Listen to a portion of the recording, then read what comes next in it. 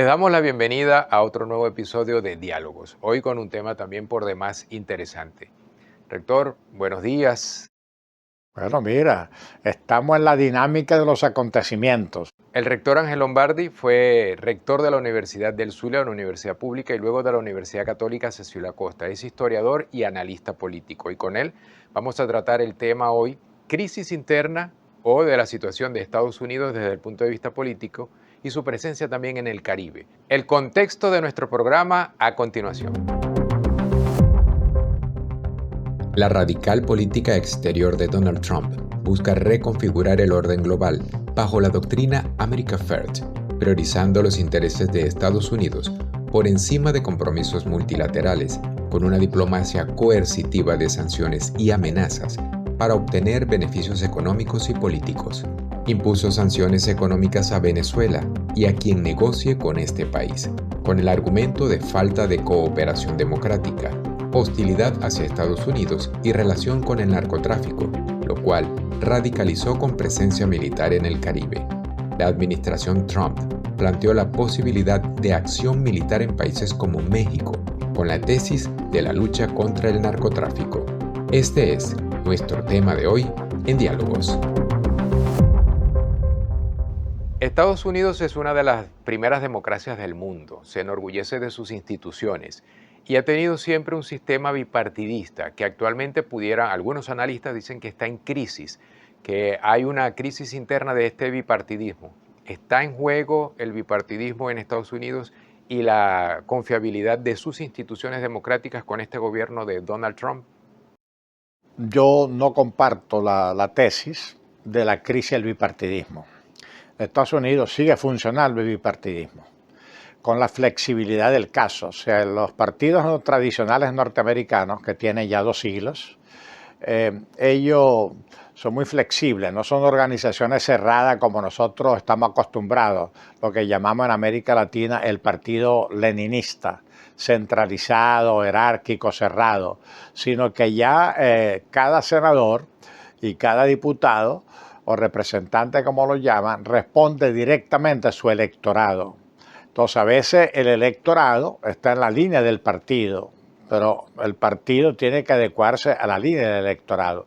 Entonces, a veces sucede que un senador republicano, pensando en su electorado, vota con los demócratas y viceversa.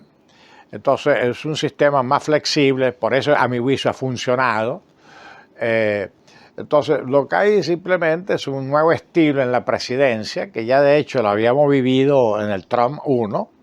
Entonces, claro, él es muy mediático, escandaliza, es irreverente. Entonces, aparentemente se pudiera pensar que Trump se ha convertido en el Superman de esta época, ¿no?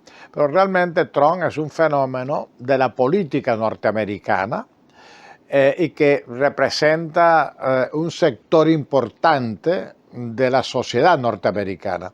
Él saca 77 millones de votos, o sea, una votación importante. Pero si analizamos esa votación, es una votación que está concentrada en lo que se llama el medio oeste o el sur de los Estados Unidos, el sureste. Es decir, lo que llaman los Estados Unidos profundos, la América profunda, que es básicamente un grupo dominante, bastante dominante, tradicional, blanco, para llamarlo en sentido general, o sea, el WASP, blanco, anglosaxón, de origen anglosaxón y protestante. Bueno, eso tiene 50 años cambiando. Hoy en día, la sociedad norteamericana tiene 50 años, repito, medio siglo. En los años 60 se incorporó plenamente a la vida civil el sector afrodescendiente.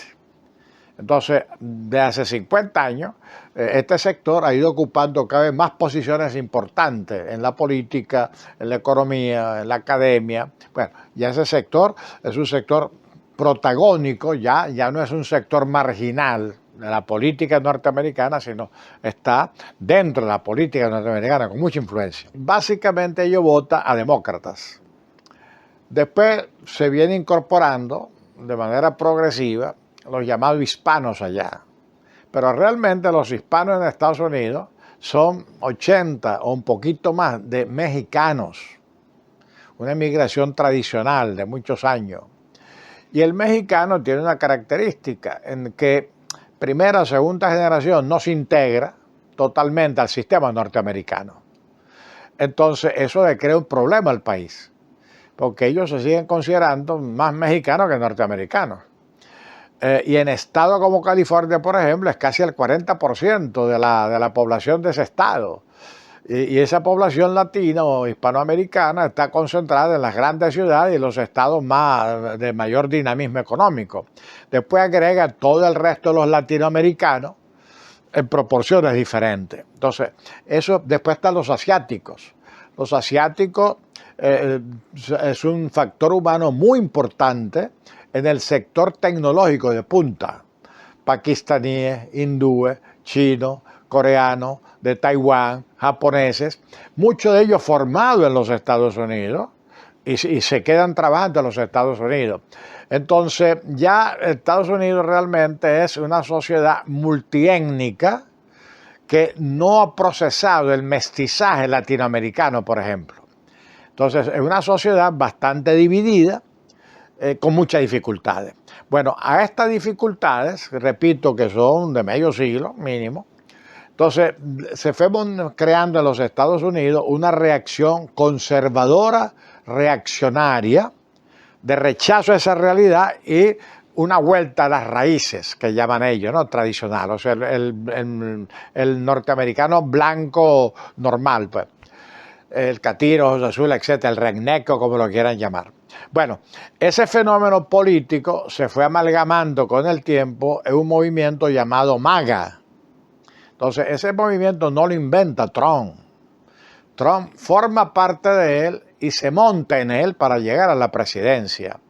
Pero en ese sector hay ultraconservadores, hay conservadores moderados, hay más tradicionales, menos tradicionales, o sea que ellos también tienen diferencia interna importante, pero los homogeniza ciertas ideas clave. Una, el Fifth America, o sea, el eslogan de campaña de Trump, América primero.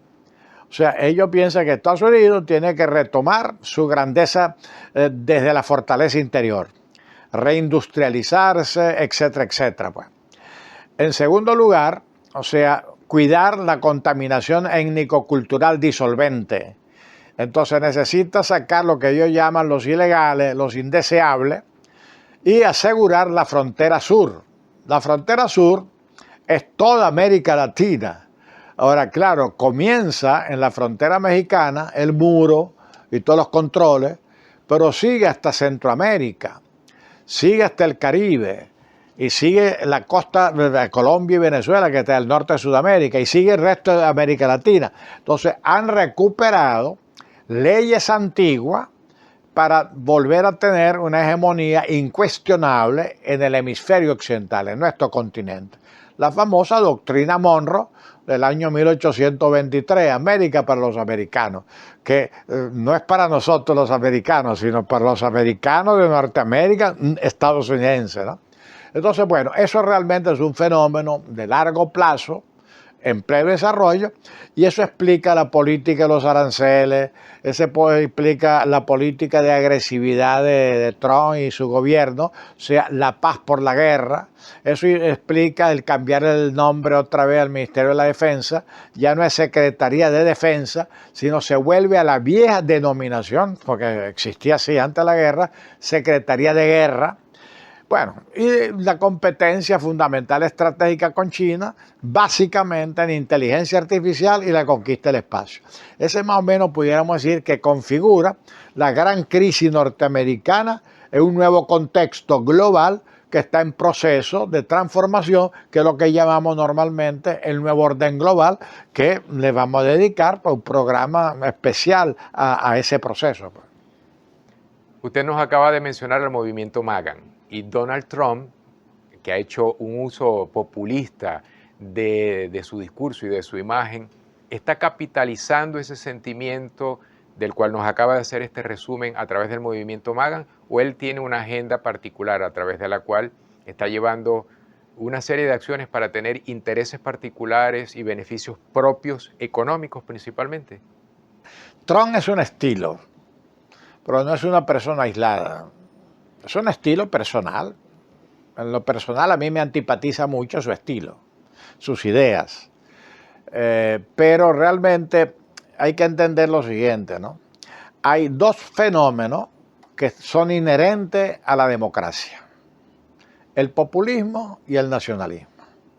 Esas son las dos ideologías dominantes. No importa si tú te llames de izquierda o de derecha, porque ya el viejo paradigma de marxismo y antimarxismo y tal, que dividía, no. Hoy en día tú puedes ser marxista, populista, nacionalista. Tú puedes ser nacionalista, populista, civilista. Tú puedes ser populista, nacionalista, militarista. O sea, hay una combinación, pero los dos elementos clave para entender realmente la política en las democracias, porque esto no funciona en las dictaduras. La dictadura es sistema o contra el sistema, porque no hay espacio para la libertad, para la discusión, el disentimiento. Pero en las democracias, con cualquier característica que tenga, entonces lo normal es que si tú quieres gobernar, tienes que desarrollar un discurso populista. Y por eso las encuestas para el político en las elecciones es importante. El político no llega a decirle a la gente lo que él piensa, sino que consulta las encuestas, se da cuenta qué quiere la gente, cuáles son sus necesidades y acomoda el discurso. Bueno, ese es el populismo, en la versión, diríamos, ideológico-política electoral. Y después el populismo tiene una característica de tipo económico. O sea, que hay dos tipos de populismo.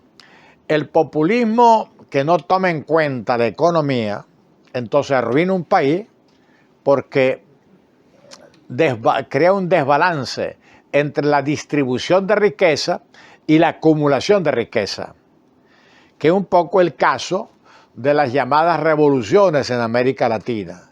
O sea, llegan estos revolucionarios populistas, no importa cómo se llamen, y entonces prometen tanto que para cumplir arruinan la economía. Porque la economía es muy simple, es producción con eficiencia, productividad, tecnología, etc., crecimiento económico y distribución de la renta. Bueno, si tú distribuyes más de lo que tienes, te vas arruinando, que es lo que le pasó a los argentinos. Y puedo poner otros muchos ejemplos, ¿no? O a los cubanos. Entonces, el equilibrio es precisamente cómo cuidar la economía para distribuir en función de lo que yo puedo distribuir sin arruinar la economía. Porque si no, entonces el populismo es irresponsable. Pero todo gobierno democrático tiene un toque populista. Y hoy en día han vuelto a renacer frente a la crítica a la globalización, especialmente dominada por los Estados Unidos y el dólar. Entonces ha vuelto a renacer el nacionalismo. Si tú oyes hoy en día a Xi Jinping, chino, si oyes a Putin, la madre de Rusia, si tú oyes a Trump, primero América, si tú buscas cualquier discurso en el mundo y vas a ver que la base principal es la ideología nacionalista, mi país primero. O sea, hemos vuelto al nacionalismo del siglo XIX, como decían los ingleses, con mi patria, con razón o sin ella.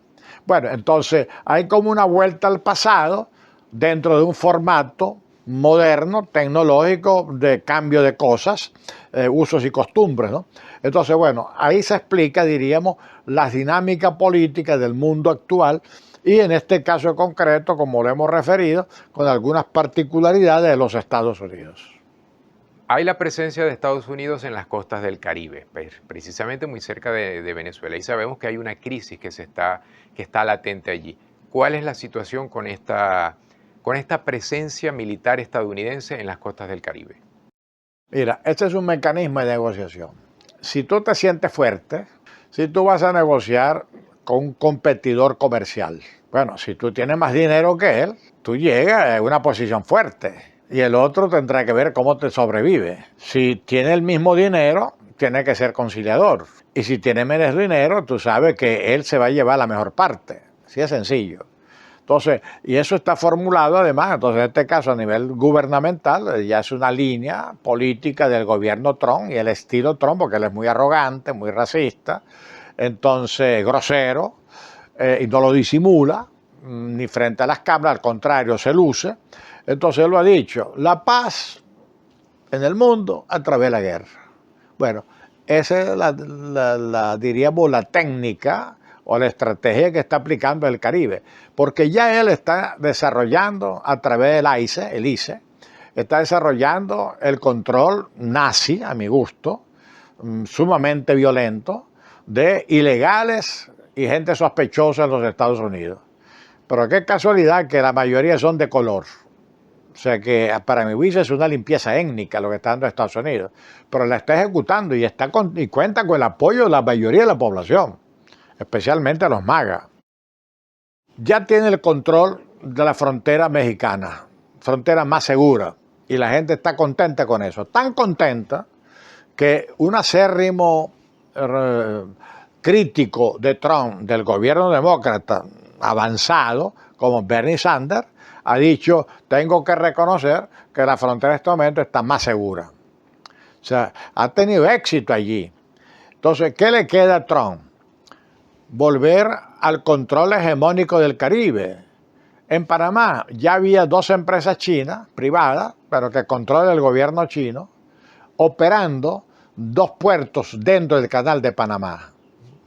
Bueno, Trump el primer movimiento fue en Panamá y le dijo, si no rompe esas relaciones con esas empresas y esas empresas no se las traspasan a intereses norteamericanos, bueno, aténganse a las consecuencias. Bueno, Panamá tuvo que ceder. ¿Qué va a hacer Panamá, el gobierno panameño, frente a esa amenaza tan directa? Y para demostrar que estaba dispuesto a todo, Estados Unidos volvió a ocupar las 5 bases militares que tiene Panamá. Y no solamente eso, sino que los barcos de guerra norteamericanos tienen prioridad en el paso y no pagan peaje. Y los barcos mercantes dentro de la línea de interés norteamericano pagan peaje pero tienen prioridad. Se retomó el control total de Panamá. Volvió a ocupar sus bases en Puerto Rico, porque Puerto Rico eso es o colonia o estado norteamericano, pero eso es norteamericano.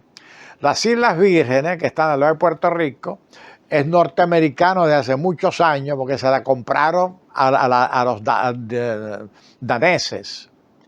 Entonces, y después mete la flota en el Caribe con el pretexto del narcotráfico, pero en realidad para decirle a un gobierno un mensaje muy claro a los gobiernos hostiles de la zona. O son amigos míos o se van. O me dejan hacer lo que yo quiero hacer o se van. Por las buenas o por las malas. Entonces en el Caribe se ha configurado lo que diríamos una amenaza militar creíble, pero no para invadir, porque todo el mundo sabe que para invadir necesitaría 400.000, 500.000 soldados. Y Estados Unidos en este momento no tiene la línea de abrir frentes de guerra, sino operaciones puntuales en donde ellos logran su objetivo sin empeñar o arriesgar vidas norteamericanas en tierra. Entonces es una nueva estrategia que la aplicaron en Siria, la aplicaron en el Medio Oriente, la están aplicando en todo el mundo. Entonces la paz por la fuerza. Y le ha dado resultado, en el Medio Oriente. Le va a dar resultado en juicio en corto plazo en Ucrania. Es una negociación con Rusia un poquito diferente porque ellos no pueden darse el lujo de amenazar totalmente a Rusia por el poder de Rusia. Y con los chinos se están entendiendo. La famosa lucha de aranceles se arregló en una reunión, Kim, Trump, en Corea del Sur, donde dijeron, bueno, por un año vamos a acordarnos y prorrogable por otro año. Es decir, hay un proceso de negociación global en donde definitivamente volvemos a lo que se llamó una época en el Caribe, el tiburón y las sardinas. Así que estamos en un escenario complejo, pero en donde a nivel de estrategia yo no le veo oscuridades. Muchas personas creen entonces con esta presencia estadounidense que va a haber una respuesta o una conclusión hollywoodense, como una película de acción donde los buenos siempre ganan. Pero ¿cuál es la realidad real? ¿Qué es lo que puede pasar? ¿Cuáles son los escenarios de lo que tenemos actualmente aquí en las costas de Venezuela? La situación económica y social venezolana va de mal en peor. Y los venezolanos lo sabemos en carne propia todos los días. La inflación, salario mínimo, salud, etcétera, ¿no? Y el propio chavismo luce hacia afuera, o diríamos los grupos que son grupos que apoyan al chavismo, luce fuerte hacia afuera en lo interno, porque tiene el control de la represión, por decir así. Pero internamente hay luchas inevitables de intereses, ¿no? Entonces, para ello la opción es negociar frente al que te está amenazando y de verdad. Y por eso yo nunca he negado la posibilidad de una negociación a cualquier nivel, porque en política la negociación siempre es el comodín de los problemas para las soluciones más o menos convenidas. Si no hay negociación política, es el conflicto, diríamos, violento, y eso no lo quiere nadie, yo no lo quiero, y mucho menos para mi país. Para evitar el conflicto más violento y militar hay que negociar, inclusive las guerras, en un momento determinado hay que negociar. Estados Unidos, yo creo que es una democracia con muchas limitaciones, ¿no? No es perfecta, pero si le ha funcionado el sistema constitucional, separación de poderes e institucional, los conflictos de la época es un país dividido socialmente, pero yo creo que su constitución, sus instituciones y sus espacios democráticos plurales creo que van a ayudar a que su conflictividad interna se canalice dentro de un sistema democrático que sigue siendo democrático, básicamente, ¿no? Porque está la Corte Suprema, es un verdadero sistema federal. Los gobernadores tienen autonomía real. Los alcaldes, los municipios tienen autonomía real. Por ejemplo, cuando Trump amenazó al gobernador de California de que no le iba a mandar recursos federales, dice el gobernador de California, dice, bueno, y nosotros no te mandaremos los impuestos regionales. Y los impuestos regionales de California, si no los manda, arruinan al gobierno federal. En cambio, California no necesita los recursos federales. Entonces, hay mucho mecanismo de poder, contrapoder, pluralismo, tal, y se está viendo cómo los espacios políticos no están cerrados con la victoria de Bandani en Nueva York. Rector, gracias por estos aportes, gracias a ustedes por su sintonía y por estar allí presentes. Recuerden que pueden consultarnos también sus preguntas, recomendar algunos temas también de interés y nosotros los tocaremos en próximos programas. Rector, muchísimas gracias.